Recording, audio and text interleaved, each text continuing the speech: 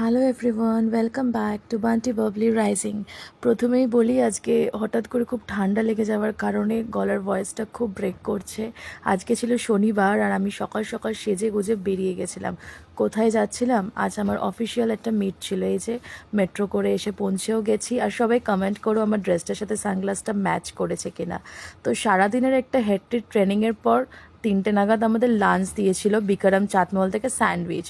যদিও ইট ওয়াজ আ veg sandwich, ঠিক আছে চলো, কোনো ব্যাপার না, খেতে তো দিয়েছিল ব্রেকে। তো 4:35 নাগাদ আমাদের ছুটিও দিয়ে দিয়েছিল। খুব মজা লাগছিল। ব্যাস যাক বাবা, শনিবারটা তাড়াতাড়ি ছুটি হয়ে গেছে, এবার একটু বাড়ি যেতে পারবো তাড়াতাড়ি।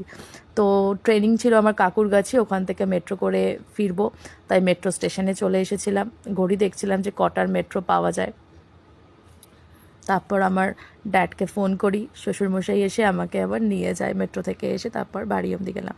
তারপরে আমি আর আমার বর সাজুগুজু করে বেরিয়ে গেছিলাম। পিছনটা দেখে ভাবছো কোথায় এসেছি, দেখো তো গাইস, কেউ আন্দাজ করতে পারো কিনা? হ্যাঁ, আমি মুভি দেখতে গেছিলাম। ঠিক ধরেছ, Saturday movie date it was. কী মুভি দেখলাম সেটা তোমাদের সাথে পরের পার্টে শেয়ার করছি। চলো, টাটা, গুড বাই।